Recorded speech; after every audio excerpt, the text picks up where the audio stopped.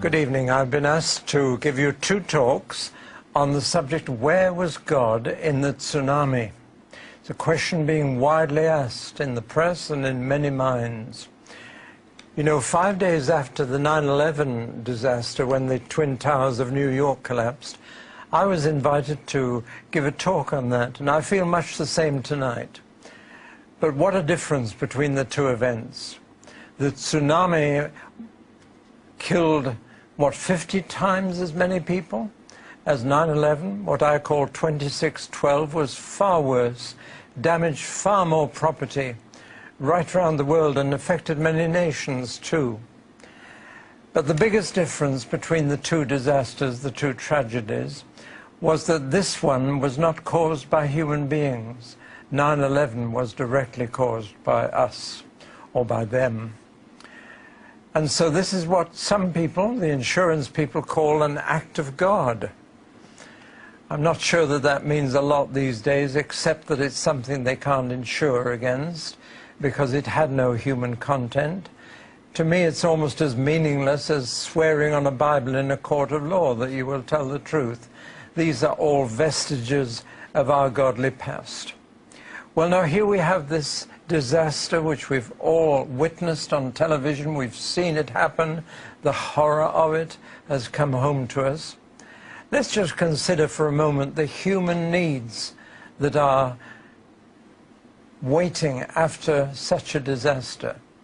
The first needs after a disaster are physical. The need for medical aid to the wounded, for burial of the dead, for food, water, shelter. And there is an outpouring of aid from the whole wide world into the Indian Ocean area where the disaster took place. But those physical needs very quickly give way to emotional needs. There is the shock, the trauma, and counselors are needed for those who are suffering from literally a shock wave. After that shock has subsided a bit, the next emotion to be dealt with is grief. And I feel very deeply for those who have lost loved ones, especially for those who have no news, who are waiting for news. I'm reminded of the days in World War II where somebody would bring a telegram which said, "Missing in action." And the people would never know. This happened to my cousin. She escaped from Malaya when the Japanese came in with her two sons, but she never knew what happened to her husband for years. She didn't know if she was a widow. And for years she had to live with this ignorance, which was even harder to bear than if she had been told, as she later learned, that her husband was killed by the Japanese. So then, after shock, comes sorrow and grief, and then comes anger. After every disaster, there is an anger that needs to be directed, someone to blame, a scapegoat. And people look around for someone to vent their anger on.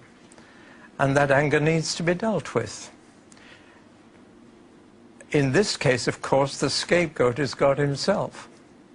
And I've already heard many people blaming God for what happened. They can't blame anyone. They can blame Tony Blair for not breaking his holiday and coming back to take charge of the situation. But they know full well that there is no human being to blame in this case. God becomes the scapegoat. The tragedy is that after every disaster, people are either drawn nearer to God or they are driven further from God. One or the other is bound to happen to all of us, even if we were not personally involved. And so I move to the third need. There are the physical needs, food, water, medicine, shelter. There are the emotional needs, shock, grief, anger. But then come what I want to call the intellectual needs. There is a need in every human being to make sense of what has happened, to ask deeper questions, and we are moving now already from the first and second needs into the third, as people ask these big questions. And there are two major questions which everybody wants to ask. First, how? How did this happen? How did it come to happen? What caused it, naturally speaking? And of course, science is the answer to this. And we now know what happened. We know that two tectonic plates rubbed up against each other, got caught, and the movement stopped for a bit and then suddenly was released. And the energy released was so enormous it sent a gigantic wave around the whole Indian Ocean. Do you know that it even wobbled planet Earth 2 inches on its axis? So the whole Earth moved.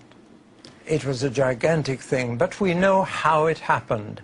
And of course, the reason for asking the question, how did it happen, is so that we can avoid it or escape it, or at the very least, have warning.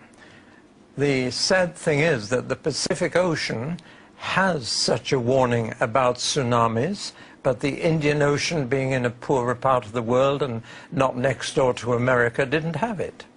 But that's the first question that the intellect needs to ask and answer, if possible, to escape or avoid it the next time.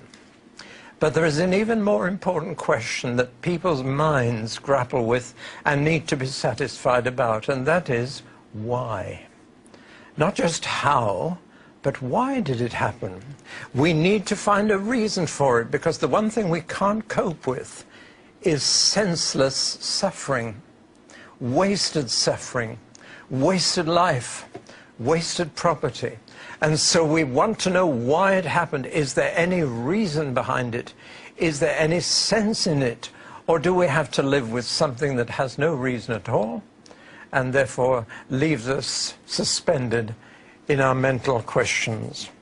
Well, now, it may seem heartless to be discussing these objective questions now, but nevertheless, I believe it's necessary, if not only for the reason that God is being blamed. I want to defend God. I believe in him, I trust him, and I believe a lot of blame is unnecessarily and even wrongly attached to God in this kind of situation. Now, I'm going to be dealing in this first talk tonight with some of the wrong answers that are being given to this question, why, even by Christians and church leaders. So tonight is going to be a little negative, I'm afraid, but I want to clear the decks for the true answer, what I believe is the Bible answer to this appalling question, this deep question, where was God in all this?